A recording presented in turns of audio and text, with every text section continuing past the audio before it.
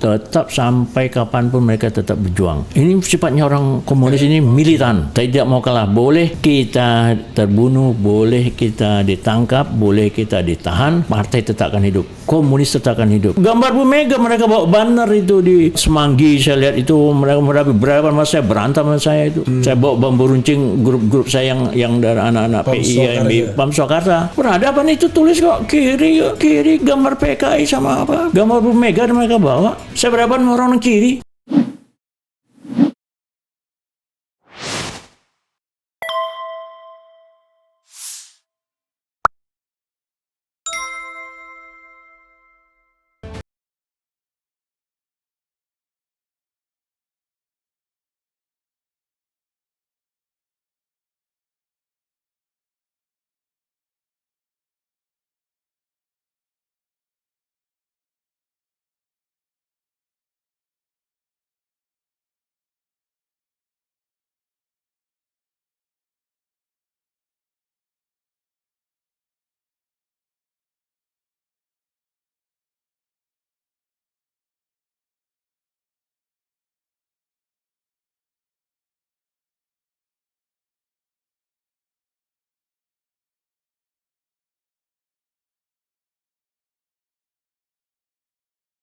Ya, sekarang ini kan ada isu mengenai kebangkitan PKI. Iya. Ada yang bilang kebangkitan PKI atau PKI bahkan sudah menyusup ke istana, sudah berkuasa.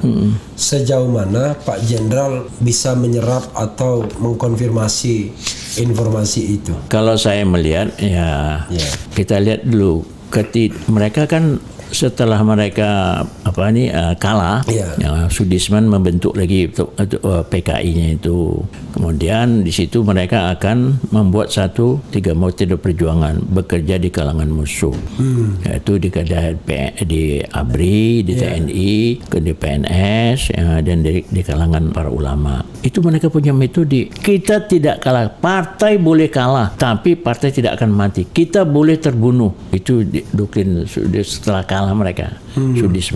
Sudisman itu salah satu pimpinan. Satu pimpinan biro, politbiro. Oh, politbiro yang pimpinan pimpinannya. Itu bukan. Jadi dia tersendiri ada di dalam susunan pusatnya komunis dulu CC komunis dulu. Komite sentral itu tingkat pusat di BP sekarang lah. Iya. Itu ada pimpinan tuh, ada politbiro. Politbiro itu sama dengan ketua badan harian lah. BP, badan BH, badan harian dari suatu partai namanya politbiro. Politbiro ini pimpin langsung Aidit.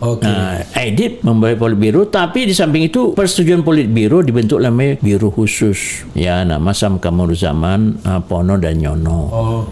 Inilah yang bekerja khusus atas perintah dari Aidit yang merancang untuk kudeta ini.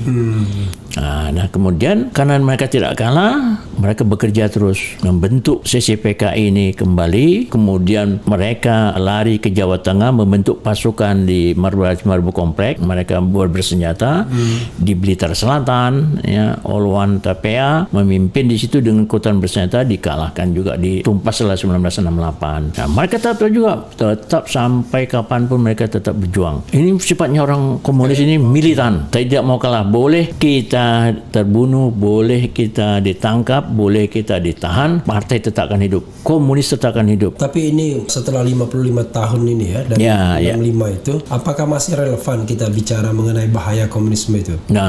Ini kita lihat setelah mereka tetap begitu, akhirnya situasi tahun 1998, 1997 mau pemilu, terjadi peledakan di Tanah Tinggi, di Bekasi. Itu kadang-kadang muda komunis, Forkot dulu dianggap kiri, Fordem, kemudian ini dianggap kiri termasuk PRD, tapi yang ditangkap sama Kopassus sama Prabowo karena mau pemilu 1997 kan terjadi pemboman, ditangkap. Maka dituduhlah Prabowo orang menculik, padahal kan menangkap orang buat kerusuhan. Itu anak-anak kiri. Jadi dengan demikian itu mulai kelihatan 98 mereka dompleng Amin Rais sama sama elemen Islam ini, ya, terutama Amin Rais itu, ya, membentuk yang supaya Pak Harto supaya mundur, ya, ketidakpuasan terhadap kepemimpinan partai yang sudah lama. Marah itu. Nah, itu kan terbentuk setelah mau pemilu, ya toh, marah itu. Jadi akhirnya orang Islam sendiri yang diberikan kesempatan sama Pak Harto mau turun. Wah, saya ini nggak ada yang dukung. Saya datang dengan Prabowo ke Pak Harto tanggal 18 Mei 1998. Jangan menurut Pak. Wah, semua nggak mau ada nolong saya. Amin Rais sudah ditolong nggak mau. Sekarang malah dia hantam saya. Kita akan dukung Pak. Semua demo terhadap saya kita akan dukung. Saya kerahkan. 18 Mei 1998. Waktu itu Pak Kiflan menghadap Pak Harto. Iya, bersama Prabowo. Ya, jangan mundur. Tapi Amin Rais datang dan timnya termasuk si Kiai Kanjeng itu. GAMH Najib datang tuh ke sana. Iya. Pak Harto mundur. Tapi kita Pak Amin nggak datang. Pak Amin nggak datang. Tapi ada utusannya.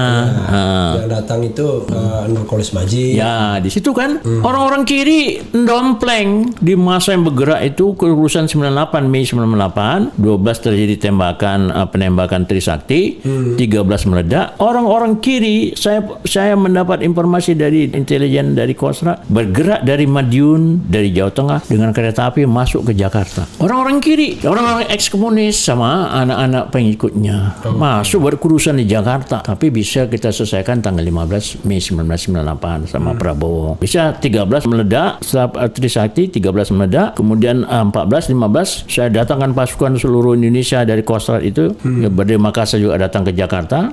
Dituduh juga kita mau kudeta. Wiranto nuduh gitu. Pak Harto mundur. Permintaan Wiranto Pak Harto mundur. Tanggal 15 Mei di Halim. Pak Harto pulang dari Mesir. Pak, kadang kacau nggak bisa diatasi. Padahal udah kita atasin. Kostrad ngatasin. Saya datang pasukan ke Jakarta. Nah, dari situ anak kiri yang masuk mengacau. Kita tahu. Saya tahu. Anak kiri. Yang SPKI. Nah, akhirnya Pak Harto mundur. Ya, berhenti lah gitu.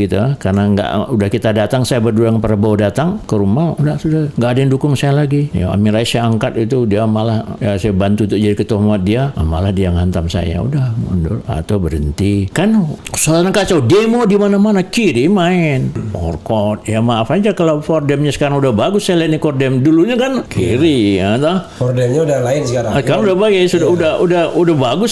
Saya senang yang Fordem sekarang nih. Tapi dulu enggak, udah. Termasuk Ratna Sarumpayat itu lawan saya dulu. Siapa?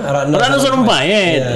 Di Bukit Duri itu rapatnya tanggal untuk bisa menghantam untuk Habibie ini saya seberapa nih Sarumpayat saya dulu. Terus kemudian Pak Habibie kan ingin negara ini bisa jadi tenang kembali, diadakan sidang istimewa MPR karena tidak setuju ya dengan karena atau mundur di Habibie harus mundur. Udah diadakanlah sidang istimewa 10 sampai 13 November. Saya diangkat sama perintah Wiranto, saya sebagai yang mengendalikan PAM Swakarsa, anak-anak PII, anak HMI, anak pemudaan, seorang anak FKPP, anak itu bergabung sama saya untuk mempertahankan MPR mau sidang istimewa. Mereka nggak setuju, tidak perlu sidang istimewa. Orang-orang kiri termasuk sidang istimewa untuk apa? Untuk merubah GBHN bahwa pemilu yang tadi mestinya 2002 dimajukan 1999. Oke. Nah, sidang biasa sebenarnya itu ya. Oke. Jadi kan di antara sidang itu ada sidang istimewa, mestinya 98 diangkat, kan pemilu mestinya 2002. Iya. Nah, itu mestinya dirubah, dipercepat pemilu jadi 99. Iya. Kan membutuhkan perubahan GBHN. Iya. Perubahan GBHN. Pakai TAP MPR itu. TAP MPR. Jadi maka dia ada sidang istimewa. Mereka nggak setuju. Tidak perlu sidang istimewa. Habibie harus turun. Jangan orang kiri inilah.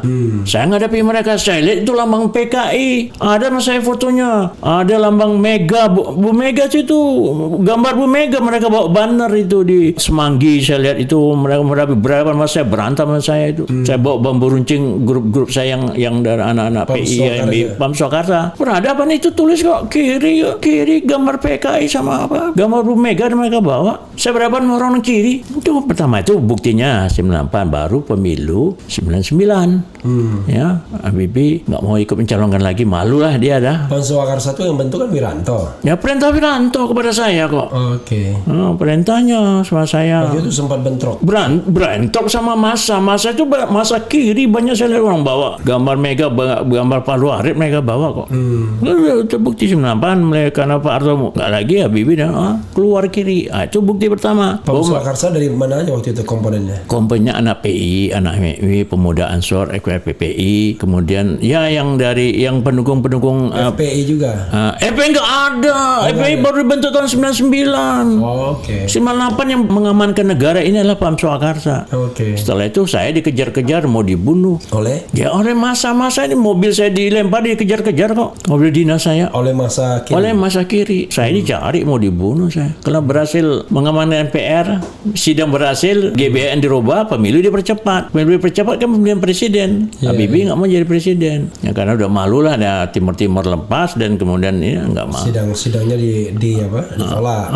Gitu. Tapi kan pembentukan ya di situ kiri kelihatan mulai 98 mulai bangkit. Dompleng dia dengan reformasi. Nah, mulailah dia muncul. Yang tadinya dia bilang ini akhirnya dia minta bahwa mereka harus pemerintah ini tadinya mereka kan nggak boleh masuk di dalam struktural ABRI, nggak bisa masuk TNI, nggak bisa masuk Polri, nggak bisa jadi pegawai negeri. Ada kan ketetapan tentang untuk screening gitu. Tapi akhirnya dicabutlah Kepres tentang itu tidak boleh menjadi dia di birokrat tahun 2006 ingat saya.